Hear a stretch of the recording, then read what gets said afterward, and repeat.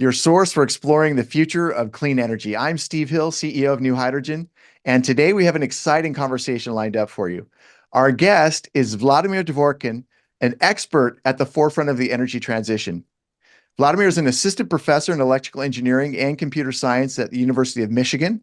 Before that, he was a postdoctoral fellow at MIT's Energy Initiative and LIDS, and a visiting researcher at Georgia Tech. His research spans the vital crossroads of renewable energy, optimization, machine learning, and data privacy, making him a key voice in tackling some of the most complex challenges in modern energy systems. Vladimir's contributions have significant recognition, including the Marie Sklodowska-Curie Actions and Iberdrola Group Fellowships, as well as the IEEE Transactions on Power Systems Best Paper Award. Today, we'll explore topics that are central to the energy transition: coordinating critical infrastructure like power grids with data centers, safeguarding energy data privacy, and the evolving role of AI in reshaping how we think about and manage energy systems. Vladimir, welcome to the podcast. It's great to have you here with us. Thank you, Steve. Thanks for having me. Well, let's jump right into it. Coordinating infrastructure like power grids with data centers is no small feat. What are some strategies for making this integration as efficient and resilient as possible? Okay, so a power grid needs to coordinate with many adjacent infrastructures. It includes not only data centers, but also natural gas infrastructures. Some countries like Denmark, they also coordinate with heat networks. So data centers is a new emerging infrastructure systems that promise to have a huge impact on power grid. And then we look into conventional means of coordination with other networks. They might not simply apply here. And this is all because of very few particular features that makes data centers, and particularly AI, artificial intelligence, a very special electrical load. So first of all, this electrical load has a very disruptive electricity patterns. So this is not a constant load, and it tends to change over time. So think about companies training large language models. It's done on big GPU clusters, but the process is non-linear, and it has a drastic change in consumption in a matter of few seconds. For example, take a GPT-2 language model that my peak electricity consumption at training this model can peak as much as 450 watts, but then sudden change in the training process can result in a sudden drop of consumption by 350 watts in an instance, right? And then when you think about scaling these loads, it's a huge transient process to be accommodated in electric power grid. The second feature that makes AI such a special load is that it doesn't have to be tied to any particular location in the grid. As long as there is data center, heavy energy intensive loads can be accommodated in these data centers. And what one can do is to think what location in the grid is more welcoming for this such energy intensive task. It can accommodate it easier. So that's what they do, particularly in Google. They look into regions in US, regions in the world, and power systems where emission content is the smallest. And they tend to dispatch these loads there. We cannot do the same with natural gas. We cannot do it with heat loads, but we can do it with loads of data centers. Then the third particular feature of AI that makes it such a special load is that it can be carefully engineered. So what it means is that we can change training algorithms for AI loads, so change and hence change the electricity consumptions of data centers, depending what algorithms we use. So we can start thinking of smoothing the load profiles of this disruptive electrical loads with the minimal to non-impact on performance. So what it means is that there is a lot of opportunities for coordinating data centers with electric power systems because of these special features, and they can all be coordinated with system operators. Yeah, let me pause it here. Maybe if you want to dive in any of these aspects deeper. Yeah, that's great. I mean, you covered a lot there. It sounds like it can be complex because you're saying an AI or large language models can have a lot of power demand very quickly, and it could be sort of unpredictable. But you're saying there's a way to balance that out, so Yeah. that we can balance it out a little bit better. What do you mean by that? Like in layperson's terms, how do you balance out spiking demand in different places? Yeah. Yeah, so you can do some engineering on a level of these GPU clusters that are used to train large language models. So you can introduce some power capping that would prevent them from suddenly increasing the load from one time instance to another.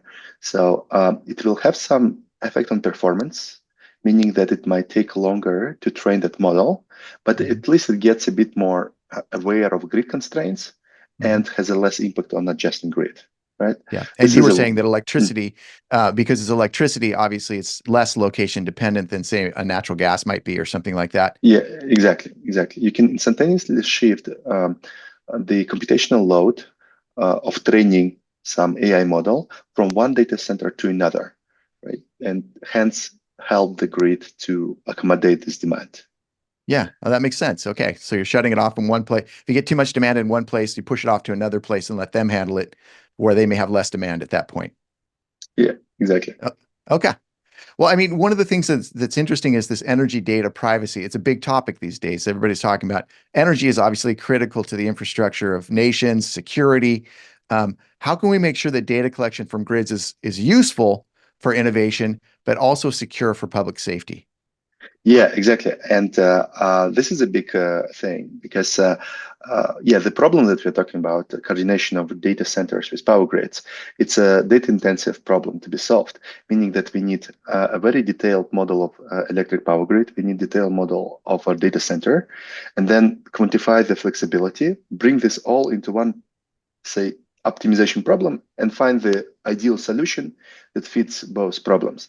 But this is a bit of, I mean, we can You make it kind of sound easy. yeah. I made it sound easy, yeah, but yeah, as long as we have access to data.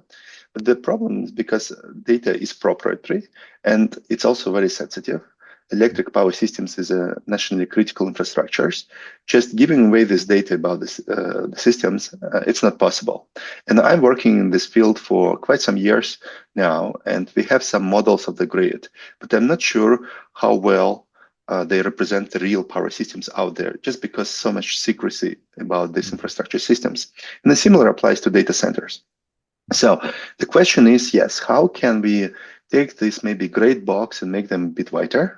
So how we can reveal information from the systems, right? And yeah, there are a lot of work to be done. So some of work already been done. We have more or less synthetic test cases that represent, say, ERCOT system of Texas or Kaiser system in from California, right? But yeah, we're still not sure how exactly precise they are. So that's where some modern technology of differential privacy and optimization kicks in. So it's basically technologies that allows us to synthesize high quality versions of actual power grids that do not disclose too much information, but still kind of open up the curtain, right? And how much you disclose information is a control variable. So, and you as a data owner, as a system operator, you can control this variable.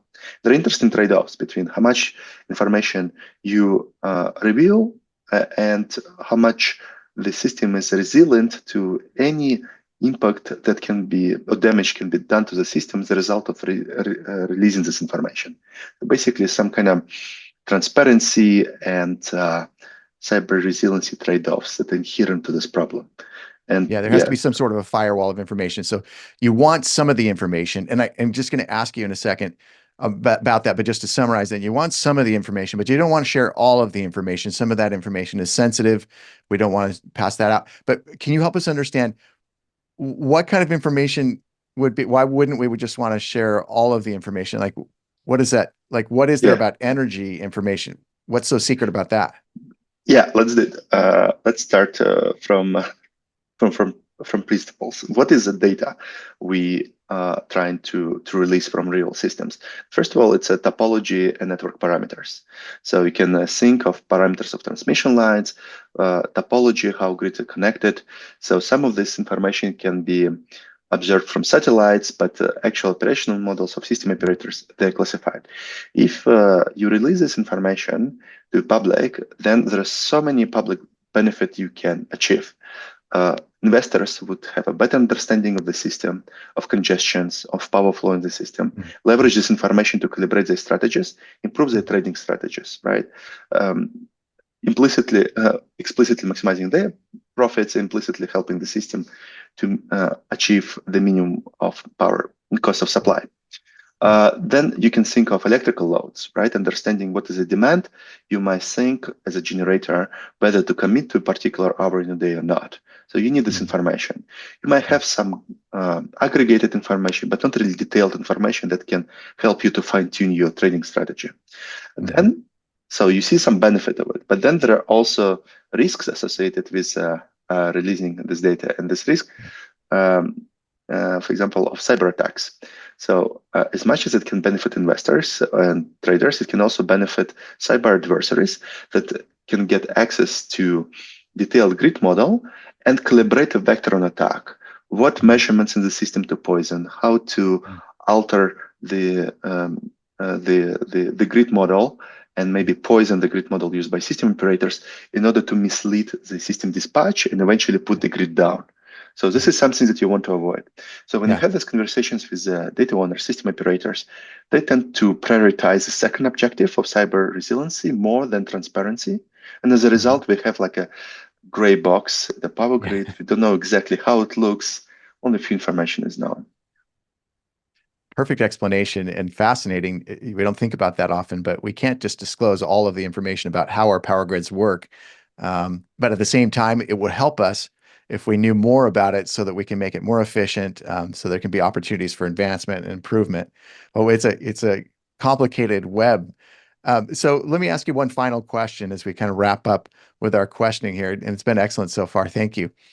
AI is rapidly advancing in the energy space. We know this. And so what are the challenges that you think we might run into when it comes to integrating AI with our critical infrastructure? How does AI play into this whole equation? Yeah, no, this is an excellent question. I think it helps us to sort of build on what we already said now, right? One problem, there are a few challenges of integrating AI. Okay, first of all, it's a big disruptive load, as we said, right? So we need to maybe rethink our operational practices, how to integrate these loads into power grids. And there are a lot of things, there are a lot of options you have solving this problem.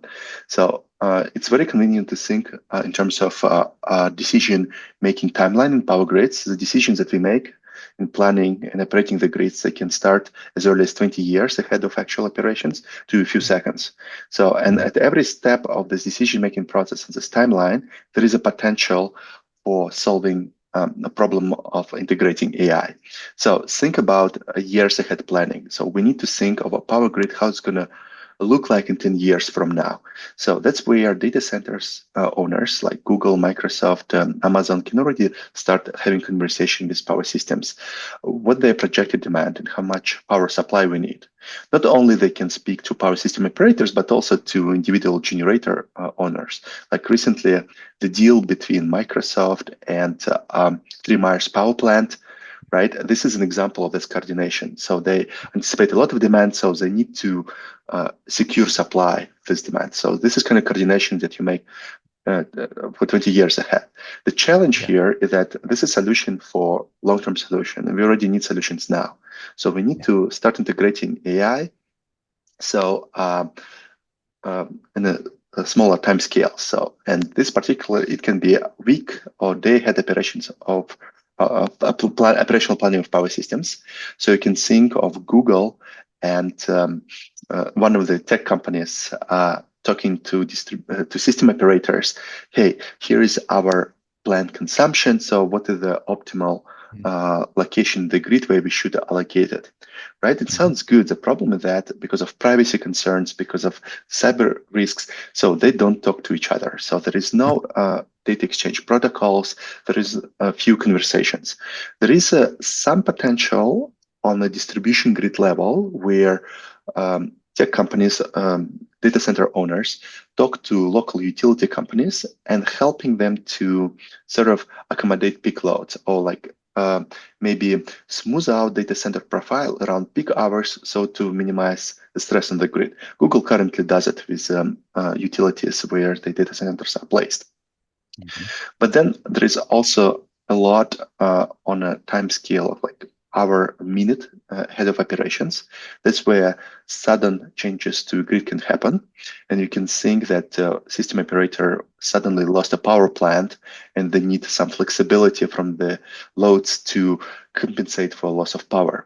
That's where they Mhm. can also speak to data center owners if they can pause, advance maybe, or postpone their loads in order to accommodate this loss of generation, right? Again, exciting opportunity, but few conversation currently taking place because of privacy concerns, because of a lot of proprietary information that must be exchanged, and no one wants to do it. It's such a difficult scenario. We can see both sides of this where we need to share information, but we can't share too much. But we have this urgent need that we've got to take care of.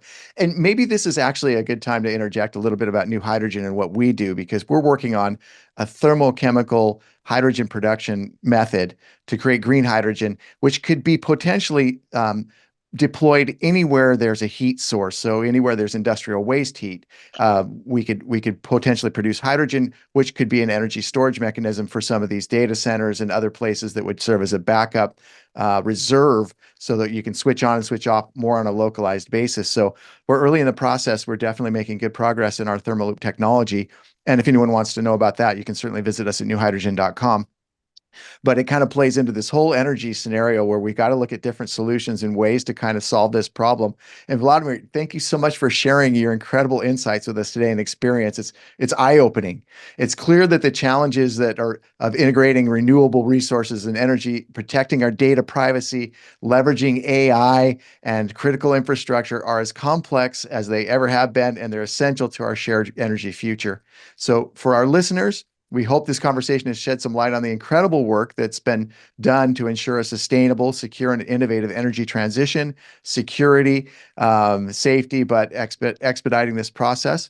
If you'd like to dive deeper into Vladimir's research or learn more about the topics we discussed today, we'll include some links in the show notes. As always, I encourage you to visit newhydrogen.com to learn more about our work. Thanks for tuning in. Thank you so much, Vladimir, for joining us today. It's been a pleasure and enlightening to have you with us. We look forward to seeing all of our guests next time on the New Hydrogen Podcast. Vladimir, any parting thoughts? Yeah, no, it's just good luck for you guys. So it's a lot of opportunities for power grids and data center integrations that comes from hydrogen, of course. So glad to be part of this podcast. Thanks for inviting me. Thank you for being here with us.